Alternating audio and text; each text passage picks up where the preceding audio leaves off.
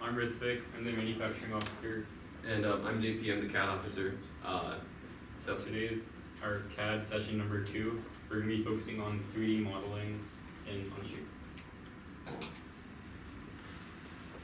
Alright, so basically we're gonna keep building off each time based on what you did last time, or if you watch the videos. So last time we did sketches, and it's gonna be really important because today we're actually gonna do 3D stuff using those sketches. So we're just gonna go over all the 3D stuff like we did last time with the 2D stuff. We're gonna do some quick examples together just to get you started, and then we have some materials for you guys to sort of copy and play around with to get more experience. So a little bit more on part scale layout. We kind of went over this last time, but this is just details on the feature tree. So if you have a blank document on the left side, as you work on your model, you'll see all the sketches and 3D features that you add to your model. So if you just look at the top right corner, there should be a picture of the feature tree, and right next to that, a picture of a sketch and an extrude. So if you right click either, this is just general information for later, but if you right click, you should get a bunch of options for each of them. Some of these include hiding it, you can delete it, you can edit it, so that's how you access all of those. So if you hover over them, there should be an eye icon that appears on the right side of your name, and you can use that to hide it as well. And as we model 3D features, each individual part that you made, so that's like a separated body that isn't intersecting with another one, that's considered one part. And then there's a list of parts in the bottom left-hand corner of your thing that will appear later. So whenever you do a 3D operation, whenever you want to add on something, you're going to get these two options. Solid surface, add, new, remove, intersect. So generally, the very first thing you're going to do is new, and that's just going to create a new part. So your sketches don't count as parts. Once you make them 3D, they become a part. And then if you're going to keep building off of that part and making it more detailed, you're going to keep clicking add, or it'll do it automatically for you generally. And so in terms of add, it says merge with existing part. You can make it you can make a certain feature merge with multiple parts, and we'll get more into that later. Remove. So if you want to make a hole in an object, there isn't a hole tool. You just extrude something and then make a remove, and it'll remove that feature from whatever you're doing. Intersect, we don't really use it too often, so don't worry about it too much, but if you need any help with it, we can help you. So the first and most common tool that we're going to be using is the extrude tool. So can everyone first, before we play with it, just make a basic sketch, like a circle or something, on one of the planes?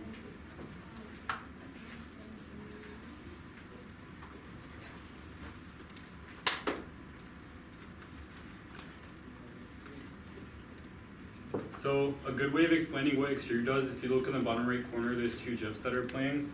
So the first one, it shows you have a 2D sketch, and then you just extend it along a third axis, so it creates a 3D object. The second one is showing what JP was talking about with the remove tool. If you have a sketch and you want to extrude it the other way to remove material from your existing block. Whenever you open up an extrude while you're inside of a sketch, it'll automatically select all of the closed regions that are part of that sketch. And you can later on, if you want to deselect some of those, just click inside of the region and it will unhighlight it, I guess. Yeah, so if you have a sketch with a lot of different parts within that sketch, a lot of shapes inside shapes, you can pick which shapes to extrude it outwards. So you don't have to extrude the entire sketch. So right now, the next thing we need to do is determine where the end of the extrude is going to be. So there's a couple of different ways to do that. If you go to the next slide, the first one is blind. So blind just means you input a distance value and it will extrude up to that distance. So if you want to make a 3-inch cube, you draw your 3x3 square and then extrude blindly for 3 inches in any direction and it'll make the cube. Next is symmetric. So for this you also input a distance, but it takes that value and goes half of that in either direction. So if you put 3 inches, it'll go 1.5 upwards and 1.5 downwards from the plane. Up to face and a bunch of other similar features. So you can just click another face that's parallel to it and it'll keep going until it touches that. Or if you go to up to next, it'll do something similar where if you have a hole, it'll just go to the end of that body. Yeah, so you can see that in the picture. In the first part, the circle I extruded has a chunk missing. And so when you do up to face and it had the missing chunk, it'll just make it flush with the rest of the circle. So it makes it go up to that next face. And then the last, there's like a small checkbox at the bottom of the dialog box. So if you click that, it'll give you another set of options, and that's for going the other direction. So you can say, go like 3 inches upwards and then 2 inches downwards, or any other separate parameter like that. Or just one more note, when we're making any plates or anything, the thing that we use to do that is extrude, because you just want to like create a thickness for that 2D sketch. Mm-hmm. So next is revolve. Revolve is you're gonna need a little bit more than extrude. It's an extrude. So basically, you need an axis, and you're gonna need whatever you want to revolve. So in this bottom example here, so an axis in this case is just a sketch with like a line on it. And if you make it visible, you draw the line, you can use that as an axis. And you can take a circle in this case and revolve it around an axis to make a donut or a torus. So you revolve a closed region around an axis. An axis can just be a line in a sketch. It doesn't matter what sketch it's in. You can, as long as it's visible, you can click it. You can use it. And then you can use different types. You don't have to always do a full 360 revolve. You can make it whatever angle you want. You can either do it full, one direction, symmetrical, or you can do 2 directions on either side, depending, much like the regular extrude. So, just one note for the 2 directions. The default one for the second direction is it's going to be like 360 degrees minus however far you want to go. So you can either give that larger value or just give the negative value of what you want. yeah, so again, we would like you to, in a sketch, just draw a line and a shape. Nothing complicated. It can be a line and a circle or a line and a square. And just click the revolve tool, click the line as your axis and the face as your object you want to revolve. Now, a couple different ways to use revolve. So most of you guys did some variation of a donut, right? But you can also use it, for example, if you have your axis and you draw some shape here, you can use, if you draw half the shape, then you can use the revolve tool to make it go all around. So different ways to use it. As long as you make sure that whatever shape you go doesn't go over that axis, then this will try to revolve in on itself and it'll give you an error and You it just won't have work. to make sure there's no intersection. Even Yeah. if you drew both sides, you can just revolve 180 degrees and it'll be the same thing. Yeah, yeah. So as long as it doesn't intersect itself, then it won't have any errors. Any questions?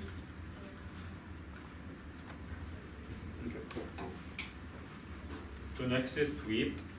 So sweeping is basically you have a shape and then you have a path for it to follow and it just extrudes or like projects that shape along the path. So if you look in the GIF, there's a circle that's first drawn and then there's like a spiral path and just pulls the circle along the path to create that shape. We don't frequently use sweep, but should there ever be a situation where you need to use it, that's how it works. And any path is just a line in the sketch or a curve in a sketch. Yeah. So if you want to play around with it, just draw a circle on one plane and draw a line or a random path on a perpendicular plane and then use the sweep on both of them. There's one setting that you should pay attention to, that's keep profile orientation. So if you click that button, Wait, it's like, okay, there we go. if you click that button, it'll make all of the new cross sections parallel to the first cross section. But if you don't click it, then it will maintain the original angle for all the different cross sections with the line or path. If you look at the 2 examples right here, the one on the left has all of the slices parallel to the original one, and the one on the right just makes it with the same angle to the line or the curve. So to do this, basically just draw a line or a curve. You can use the arc tool or the spline tool to draw a curve, and then Just draw a new perpendicular to shape that. on another plane. Yeah. So this is on one plane, and on the perpendicular plane.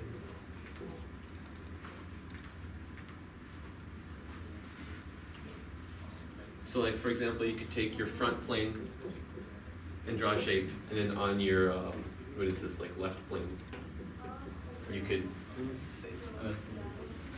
or your right plane, I guess is what it's called.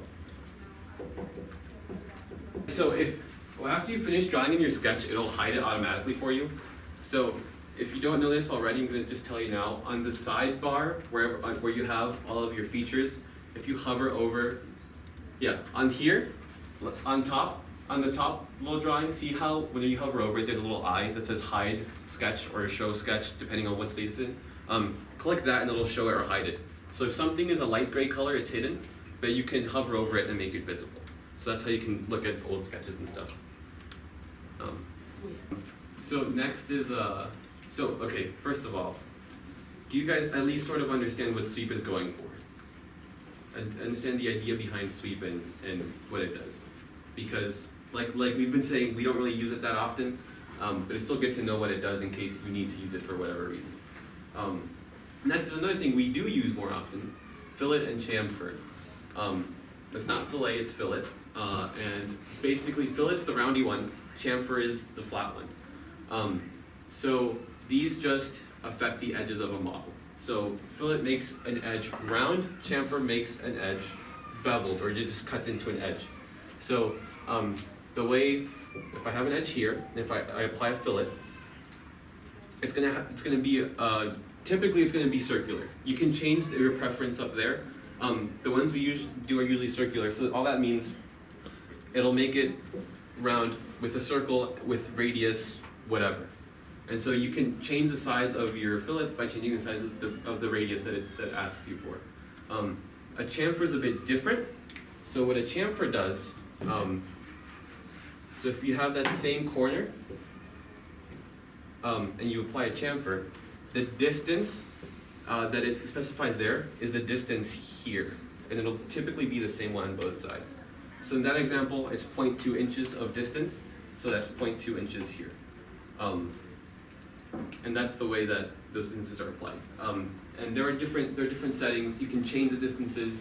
You can distance plus angle is another useful one, where you can say a certain distance and then give a certain angle.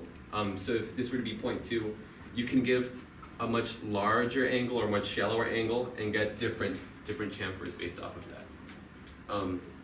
And the main reason we use them are because we don't like sharp corners because they're a safety hazard. So especially if you're making plates, plates that have sharp corners are going to be dangerous. They're going to have to be filed anyways, but it's just better to, so if I have a plate here, we want those corners to be round.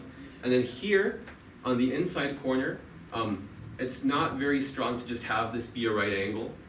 It's a lot stronger if you have it rounded. And that goes for a lot of the chassis pieces that we make. Also, from a manufacturing standpoint, you know, if we're using a CNC router, so router uses a bit, right, a circular bit, right? You can't cut a square using a circle, right? Yeah. So on an inside corner, you're gonna have to put a round in there so that you'll be able to actually cut that corner. Otherwise, you won't be able to get in there, right? So that's one thing to think about for the rounds. And another thing for the rounds and chamfers is that you want to kind of relatively save them later on in your process, if you can, because it just makes processing easier, makes just your life easier if you need to add stuff and measure from a certain corner or something like that. Especially when we get to assemblies and you're going to want to mate two pieces in a certain way, you're going to want them to combine. Useful ways to use corners of objects to line stuff up. So that's why we don't generally apply them until the very end, right before we're about to make them, because it just makes a lot of the CAD much easier. But we still need to consider them whenever we're designing the piece. So out of all the settings we mentioned, we don't really use a lot of them, but there's one that you might need to pay attention to, so that's tangent propagation. So here you have like a cube with one of the edges filleted. So what tangent propagation does is for all the lines that are tangent to this curve, so that'd be this line and this line, if you just fillet this line right here, it'll just apply that to this one too, automatically. So it just makes life easier for you. You can turn it off if you want to, if it messes stuff up. So if you've extruded anything, you can apply fillet or chamfer now, just to get used to it. And if you haven't, just extrude like a cube and make the corners round. Okay. So one more thing is planes. So a lot of the time you can't make your sketch or the part you want to make with just the 3 planes that Onshape gives you, so you can make your own. So the plane tool is like the little gray box with the like rectangle or like a dash rectangle on it. So the way you create a plane, there's 2 different ways. So one is just an offset plane. So you create your reference plane and then you give a distance and it just gives a new plane that's that distance away from it. There's another one with a line and angle. So you click a line. Click a line, and it gives you a plane. But then you can click an angle from that, and you can sort of tilt your plane back and forth. And there are some other options on how to create a plane, but those are two that are probably the most useful. And it usually, whenever you keep extruding stuff, the more faces you get, you can just keep extruding off of those faces and sketching on those faces and keep building and building on something. But if you have to, that's how you do it. It's also good, sometime later when we get into mirrors and stuff like that, if you want to mirror across a plane, you just offset it a certain distance and then do that.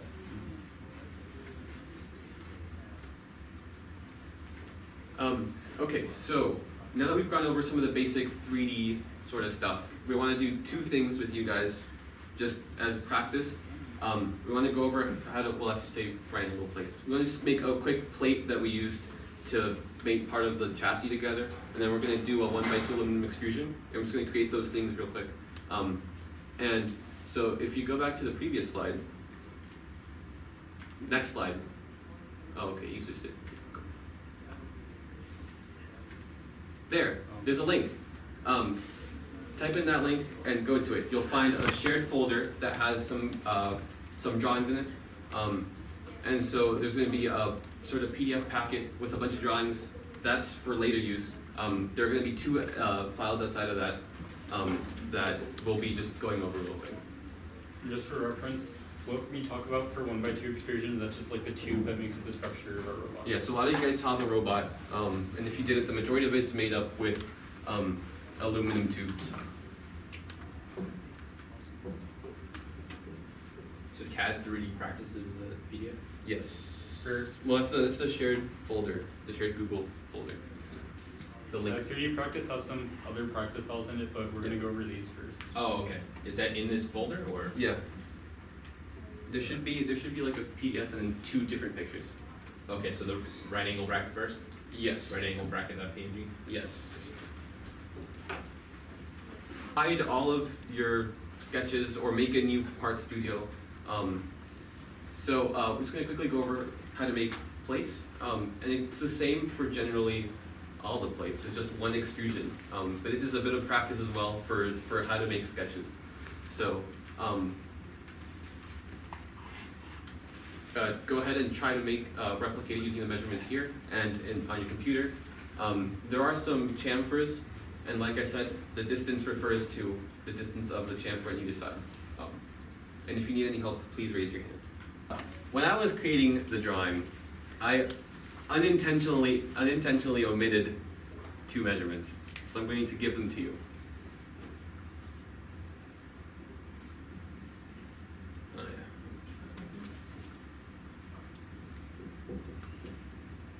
Thank you. Okay. All right, Oh, okay, cool. yeah, that makes sense. Yeah, that was okay. I got lost in all the other ones, so you can see, but yeah, okay, there we go. He's not so good at drawing yesterday. Yeah, I'm not. Yeah, so before we go, I just wanted to say a couple things. It seems like you guys are catching on to it pretty quickly in terms of working in three-dimensional space. I think all of you were able to do the bracket. And so if you haven't, I would like you guys to finish. I think you're all done with the bracket. I would like you guys to go on to the 1x2, which looks like that.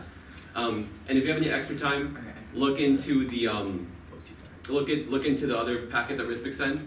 And if you guys feel like you want to go over anything else in detail, there's official Onshape tutorials that'll help you out.